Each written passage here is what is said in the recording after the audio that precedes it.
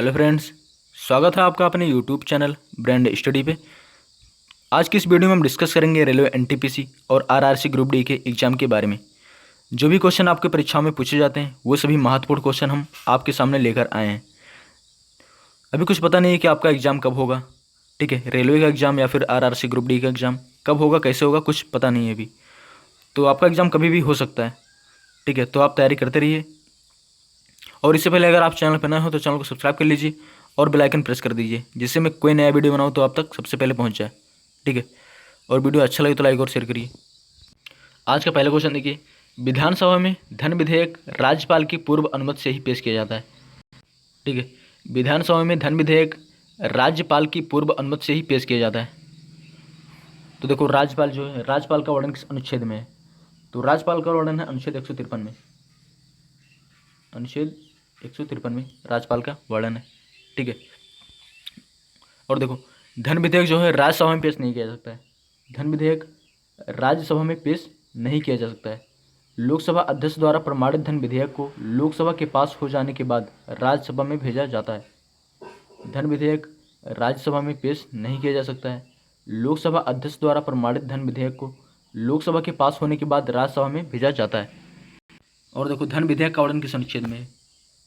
धन विधेयक का वर्णन किस अनुच्छेद में? तो धन विधेयक का वर्णन है अनुच्छेद 110 में, ठीक है। अनुच्छेद 110 में धन विधेयक का वर्णन है, ठीक है। तो आपको याद रखना है कि धन विधेयक राज्यसभा में पेश नहीं किया जा सकता है। लोकसभा अध्यक्ष, ये लोकसभा अध्यक्ष कौन है वर्तमान में? तो यह ओम बिरला लोकसभा अध्यक्ष हैं, ठीक है। लोकसभा अध्यक्ष द्वारा प्रमाणित धन विधेयक लोकसभा के पास होने के बाद राज्यसभा में भेजा जाता है। अगला क्वेश्चन देखिए, मंत्रिपरिषद विधानमंडल के प्रति उत्तरदायी होती है। मंत्रिपरिषद विधानमंडल के प्रति उत्तरदायी होती है, अतः वास्तविक शक्ति मंत्रिपरिषद की होती है, ना कि राज्यपाल की, ठीक है। मंत्रिपरिषद विधानमंडल के प्रति उत्तरदायी होती है, अतः वास्तविक शक्ति मंत्रिपरिषद को होती है, ना कि राज्यपाल को। अगला क्वेश्चन देखिए, राज्यपाल, विधानसभा एवं विधान परिषद तीनों को सम्मिलित रूप को विधानमंडल कहते हैं। राज्यपाल, विधानसभा एवं विधान परिषद तीनों को सम्मिलित रूप से विधानमंडल कहते हैं, ठीक है। एग्जाम में क्वेश्चन आता है विधानमंडल किसे कहते हैं? विधानमंडल किसे कहते हैं? राज्यपाल को, विधानसभा को, विधान परिषद को, या फिर उपरोक्त सभी? तो उपरोक्त सभी रहेगा, ठीक है, क्योंकि राज्यपाल और विधानसभा और विधान परिषद तीनों से मिलकर विधानमंडल बना है, ठीक है। देखो, जो ये विधान परिषद है ये उच्च सदन है, ठीक है, और जो विधानसभा है ये निम्न सदन है, ठीक है। विधानसभा, विधान परिषद और राज्यपाल से मिलकर विधानमंडल बना है। अगला क्वेश्चन देखिए, बिहार, उत्तर प्रदेश, जम्मू कश्मीर, कर्नाटक, महाराष्ट्र और आंध्र प्रदेश कुल 6 राज्यों में द्विसदनीय व्यवस्थापिका है तथा शेष राज्यों में केवल एक सदन अर्थात विधानसभा है, ठीक है। देखो, बिहार, उत्तर प्रदेश, जम्मू कश्मीर, कर्नाटक, महाराष्ट्र और आंध्र प्रदेश, ठीक है, कुल 6 राज्यों में द्विसदनीय व्यवस्थापिका है तथा शेष राज्यों में केवल एक सदन अर्थात विधानसभा है, ठीक है। इन 6 राज्यों में विधानसभा, विधान परिषद और राज्यपाल तीनों होते हैं, ठीक है, और अन्य में सिर्फ विधानसभा है, ठीक है। अगला क्वेश्चन देखिए, पंजाब का राज्यपाल चंडीगढ़ का प्रशासक भी होता है। पंजाब का राज्यपाल चंडीगढ़ का प्रशासक भी होता है, ठीक है। पंजाब की राजधानी है चंडीगढ़। तो पंजाब के राज्यपाल कौन है? तो यह हैं बीपी सिंह बदनौर, बीपी सिंह बदनौर, ठीक है। आगे देखो, विधान परिषद राज्य विधानमंडल का उच्च सदन होता है। विधान परिषद राज्य विधानमंडल का उच्च सदन होता है, ठीक है। देखो, विधानमंडल जो है ये राज्यपाल, विधान परिषद और विधानसभा से मिलकर बना है। विधानमंडल राज्यपाल, विधान परिषद और विधानसभा से मिलकर बना है। तो देखो, यहाँ पे कह रहा है कि विधान परिषद जो है, विधान परिषद ये विधानमंडल का उच्च सदन होता है, ठीक है। विधान परिषद विधानमंडल का उच्च सदन होता है, ठीक है, जबकि विधानसभा विधानमंडल का निम्न सदन होता है। ये उच्च है, ये निम्न है, ठीक है। अगला क्वेश्चन देखिए, विधान परिषद के सदस्यों की संख्या विधानसभा का 1/3 या फिर न्यूनतम 40 होती है। विधान परिषद के सदस्यों की कुल संख्या, ठीक है, विधान परिषद के सदस्यों की संख्या विधानसभा के 1/3 या फिर न्यूनतम 40 होती है। अगला क्वेश्चन देखिए, विधान परिषद सदस्य के लिए न्यूनतम आयु 30 वर्ष या तथा कार्यकाल 6 वर्ष का होता है। विधान परिषद सदस्य के लिए न्यूनतम आयु 30 वर्ष तथा कार्यकाल 6 वर्ष का होता है।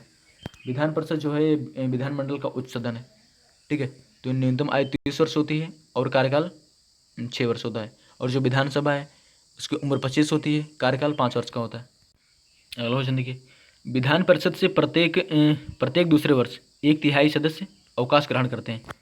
विधान परिषद से प्रत्येक दूसरे वर्ष, ठीक है, 2 वर्ष बाद 1/3 सदस्य, 1/3 सदस्य अवकाश ग्रहण करते हैं। अगला क्वेश्चन देखिए, विधान परिषद की बैठक में कम से कम 10 या 1/10 इनमें से जो भी अधिक हो गणपूर्ति होता है, ठीक है।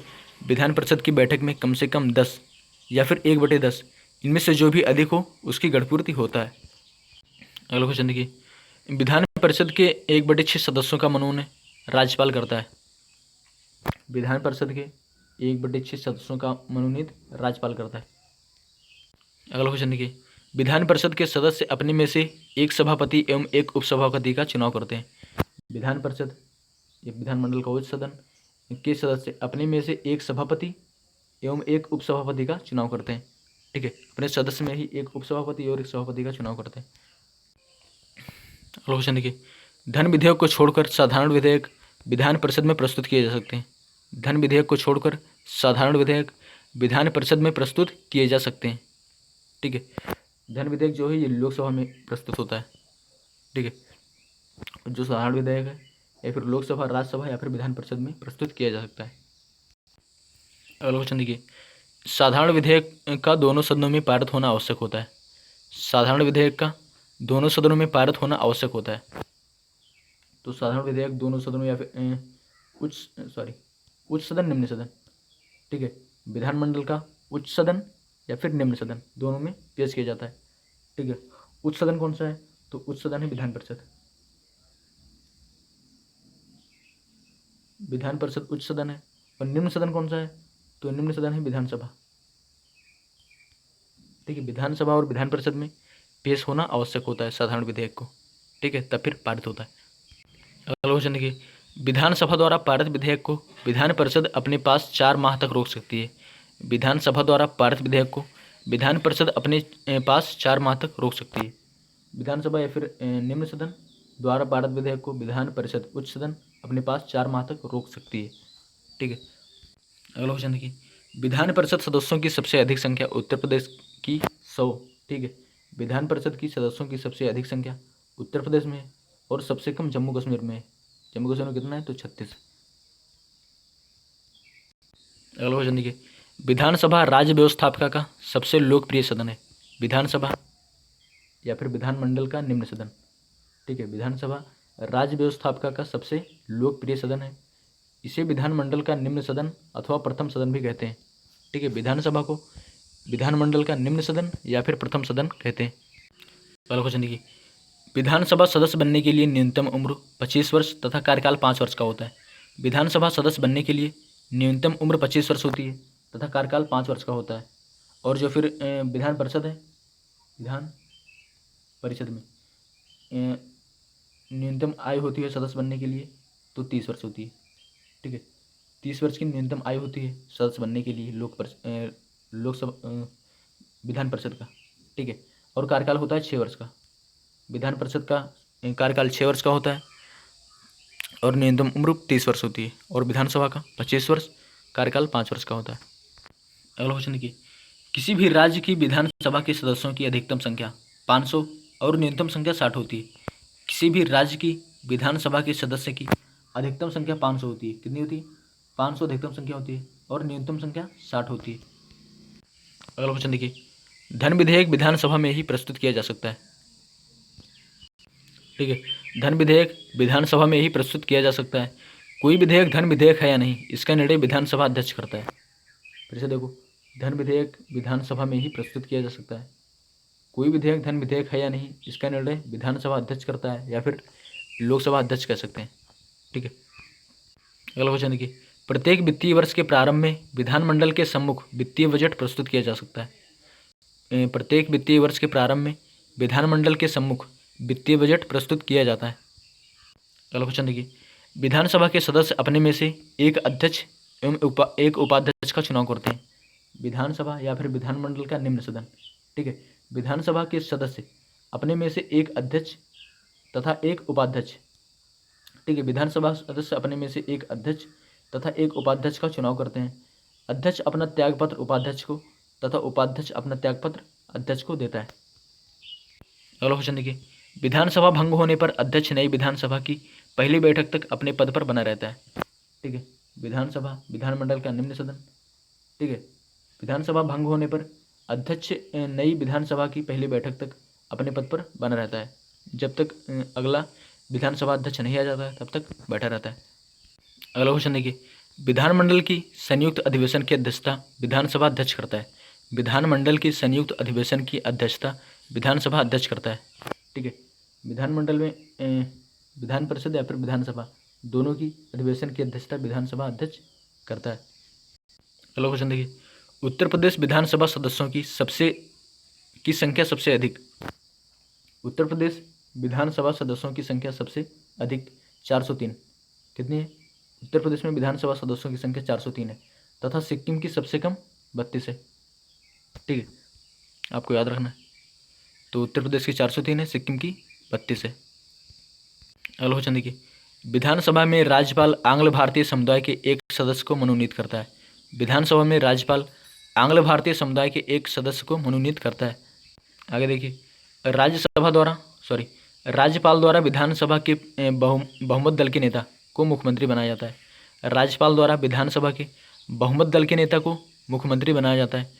इसके लिए न्यूनतम आयु 25 वर्ष होती है। ठीक है, राज्यपाल द्वारा विधानसभा के बहुमत दल के नेता को मुख्यमंत्री बनाया जाता है। मुख्यमंत्री बनने के लिए न्यूनतम आयु 25 वर्ष होती है।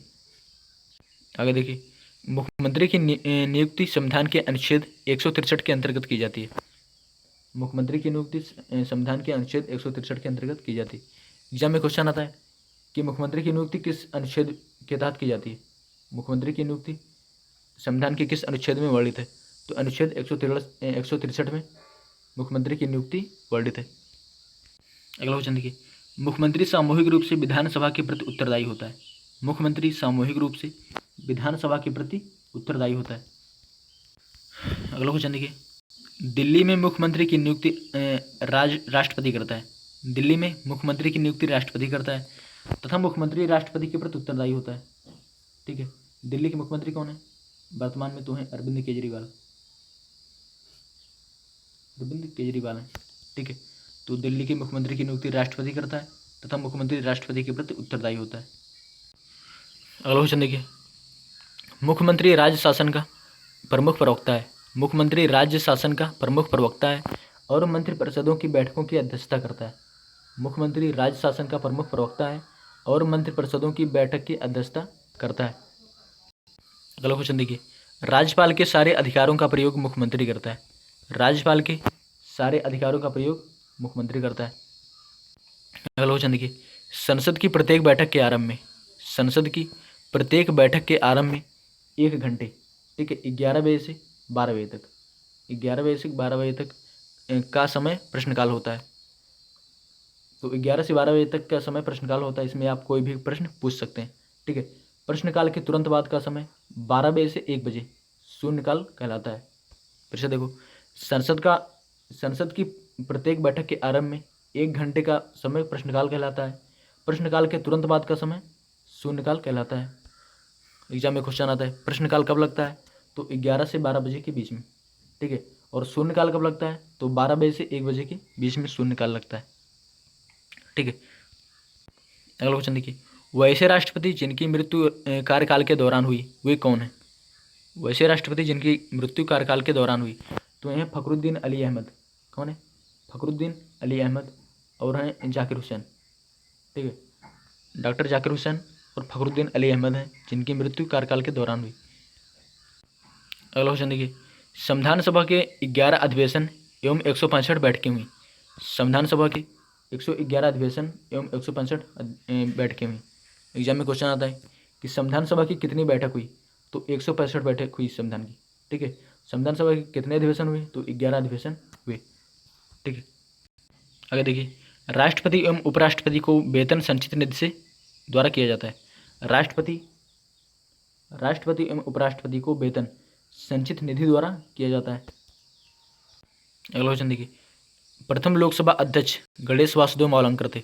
ठीक है, प्रथम लोकसभा अध्यक्ष कौन थे? तो प्रथम लोकसभा अध्यक्ष थे गणेश वासुदेव मावलंकर, या फिर इनका नाम शॉर्टकट में है जीबी मावलंकर, जीबी मालवंकर। ठीक है, लोकसभा की स्थापना कब हुई थी? तो 1952 ईस्वी में लोकसभा की स्थापना हुई थी। ठीक है, वर्तमान में लोकसभा अध्यक्ष कौन है? तो है ओम बिरला। ओम बिरला जो है 17वें लोकसभा अध्यक्ष हैं। ठीक है, किस नंबर के हैं? तो 17वें नंबर के लोकसभा अध्यक्ष हैं। तो आपको याद रखना है कि लोकसभा अध्यक्ष, प्रथम लोकसभा अध्यक्ष कौन थे? तो जीबी मावलंकर, गणेश वासुदेव मालवंकर। अगला क्वेश्चन देखिए, शिक्षा को मौलिक अधिकार का दर्जा 86वां संविधान संशोधन 2002 में दिया गया। शिक्षा को मौलिक अधिकार, ठीक है, शिक्षा को मौलिक अधिकार का दर्जा 86वां संविधान संशोधन 2002 के तहत दिया गया। एग्जाम में क्वेश्चन आता है कि 86वां संविधान संशोधन कब हुआ? तो 86वां संविधान संशोधन हुआ 2002 में। कब हुआ? 2002 में। ठीक है, देखो 86वें संविधान संशोधन में 6 से 14 साल के प्रत्येक बच्चे को, 46वें संविधान संशोधन में 6 से 14 साल के प्रत्येक बच्चे को निःशुल्क और अनिवार्य शिक्षा प्राप्त करने का अधिकार है। ठीक है, निःशुल्क और अनिवार्य शिक्षा प्राप्त करने का अधिकार दिया गया है। 2002 में 86वें संविधान संशोधन के जरिए शिक्षा को मौलिक अधिकार बनाया गया था। ठीक है, एग्जाम में क्वेश्चन आता है कि शिक्षा को मौलिक अधिकार कब बनाया गया? शिक्षा को मौलिक अधिकार कब बनाया गया? तो सन 2002 में। ठीक है, सन 2002 में 86वें संविधान संशोधन में शिक्षा को मौलिक अधिकार बनाया गया। तो आपको याद रखना है कि 86वें संविधान संशोधन में 6 से 14 साल के प्रत्येक बच्चे को निःशुल्क शिक्षा प्राप्त करने का अधिकार है। ठीक है, कब संशोधन हुआ? तो 2002 में हुआ। किस संविधान संशोधन में हुआ? तो 86वें संविधान संशोधन में हुआ। ठीक है, अगला क्वेश्चन देखिए, संविधान की आत्मा किसे कहते हैं? संविधान की आत्मा किसे कहते हैं? तो अनुच्छेद 32 को संविधान की आत्मा कहते हैं। अनुच्छेद 32 को संविधान की आत्मा कहते हैं। देखो, भारतीय संविधान के अनुच्छेद 32 को, भारतीय संविधान के अनुच्छेद 32 को हमारे संविधान में हमारे संविधान की आत्मा और हृदय कहा गया है। ठीक है, एग्जाम में क्वेश्चन आता है कि हमारे संविधान की आत्मा किसे कहा गया है? तो अनुच्छेद 32 को हमारे संविधान की आत्मा कहा गया है। क्यों कहा गया है? क्योंकि मौलिक अधिकार जो है न्याय योग्य है, मौलिक अधिकार न्याय योग्य है और इसी तरह वो प्रत्यभूत है। ठीक है, ये परिवर्तन है कि जैसे कि किसी व्यक्ति के मूलाधिकारों का उल्लंघन किया जाता है तो वह सहायता के लिए न्यायालय में जा सकता है। फिर से देखो, भारतीय संविधान के अनुच्छेद 32 को हमारे संविधान की आत्मा और हृदय कहा गया है क्योंकि मौलिक अधिकार न्याय योग्य है। ठीक है, मौलिक अधिकार न्याय योग्य है और इसी तरह वो प्रत्याभूत भी है। ये परिवर्तन है कि जैसे कि यदि किसी व्यक्ति के मूल अधिकारों का उल्लंघन किया जाता है तो वह सहायता के लिए न्यायालय में जा सकता है। ठीक है, अनुच्छेद 32 के तहत। तो अनुच्छेद 32 को संविधान की आत्मा और हृदय कहा गया है। अगला क्वेश्चन देखिए, केंद्रीय बजट वित्त मंत्री द्वारा फरवरी के अंतिम सप्ताह में पेश किया जाता है। केंद्रीय बजट वित्त मंत्री द्वारा फरवरी के अंतिम सप्ताह में पेश किया जाता है। एग्जाम में क्वेश्चन आता है कि केंद्रीय बजट कब पेश किया जाता है? केंद्रीय बजट कब पेश किया जाता है? तो फरवरी के अंतिम सप्ताह में पेश किया जाता है। ठीक है, और वित्त मंत्री कौन है वर्तमान में? वित्त मंत्री कौन है? तो ये एन के सिंह है। ठीक है, एन के सिंह वर्तमान वित्त मंत्री हैं, एन के सिंह। ठीक है, और जो एन के सिंह है ये 15वें वित्त आयोग के अध्यक्ष हैं। ठीक है, 15वें वित्त आयोग के अध्यक्ष कौन है? तो वही एन के सिंह, और ये वर्तमान में अध्यक्ष हैं। इनकी नियुक्ति कब हुई? तो 2020 में इनकी नियुक्ति हुई। ठीक है, और वित्त आयोग का वर्णन किस अनुच्छेद में है? वित्त आयोग का वर्णन किस अनुच्छेद में है? तो अनुच्छेद 208 में वित्त आयोग का वर्णन है। ठीक है, अगला क्वेश्चन देखिए, जम्मू कश्मीर एक ऐसा राज्य था जिसका अलग संविधान था। जम्मू कश्मीर एक ऐसा राज्य था जिसका संविधान अलग था लेकिन अब नहीं है। ठीक है, इसका विभाजन हो गया था अक्टूबर 2019 में। जम्मू कश्मीर को दो पार्ट में बांटा गया था, लद्दाख और जम्मू कश्मीर में। ठीक है, और जम्मू कश्मीर के वर्तमान में उपराज्यपाल कौन है? तो हैं गिरीश चंद्र मुर्मू। गिरीश चंद्र मुर्मू जम्मू कश्मीर के उपराज्यपाल हैं। अगला क्वेश्चन देखिए, निर्वाचन आयुक्त की नियुक्ति राष्ट्रपति करता है। निर्वाचन आयुक्त की नियुक्ति राष्ट्रपति करता है। ठीक है, राष्ट्रपति कौन किस अनुच्छेद में? तो अनुच्छेद 52 में राष्ट्रपति का वर्णन है। अगला क्वेश्चन देखिए, संघ के प्रमुख राजस्व स्रोत कौन कौन से हैं?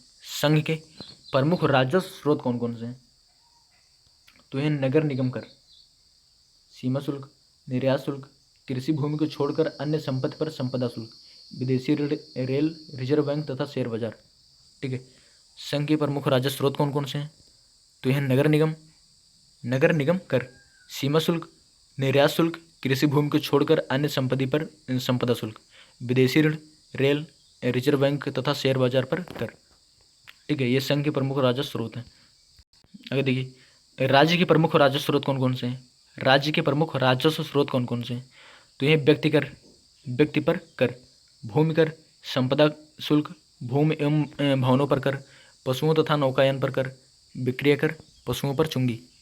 ठीक है, व्यक्ति कर, भूमि कर, संपदा कर, भूमि एवं भवनों पर कर, पशुओं तथा नौकायन पर कर, विक्रय कर, वाहनों पर चुंगी। ठीक है, तो ये राज्य के प्रमुख राजस्व स्रोत हैं।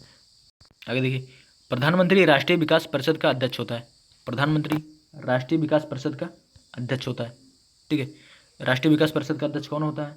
तो प्रधानमंत्री राष्ट्रीय विकास परिषद का अध्यक्ष होता है। अगला क्वेश्चन देखिए, वित्त आयोग का गठन राष्ट्रपति करता है। वित्त आयोग का गठन कौन करता है? तो वित्त आयोग का गठन राष्ट्रपति करता है। वित्त आयोग का वर्णन किस अनुच्छेद में है? तो वित्त आयोग का वर्णन है अनुच्छेद 208 में। अनुच्छेद 208 में वित्त आयोग का वर्णन है। अगला क्वेश्चन देखिए, संघ लोक सेवा आयोग के सदस्यों की नियुक्ति राष्ट्रपति करता है। संघ लोक सेवा आयोग के सदस्यों की नियुक्ति राष्ट्रपति करता है। इनकी नियुक्ति 6 वर्ष के लिए होती है। ठीक है, इनकी नियुक्ति 6 वर्ष के लिए होती है या फिर 65 वर्ष की आयु तक होती है। ठीक है, 35 वर्ष की आयु से ज़्यादा ना हो। तो देखो, संघ लोक सेवा आयोग के वर्णन किस अनुच्छेद में है? संघ लोक सेवा आयोग का वर्णन किस अनुच्छेद में है? तो अनुच्छेद 315 में है। अनुच्छेद 315 में संघ लोक सेवा आयोग का वर्णन है।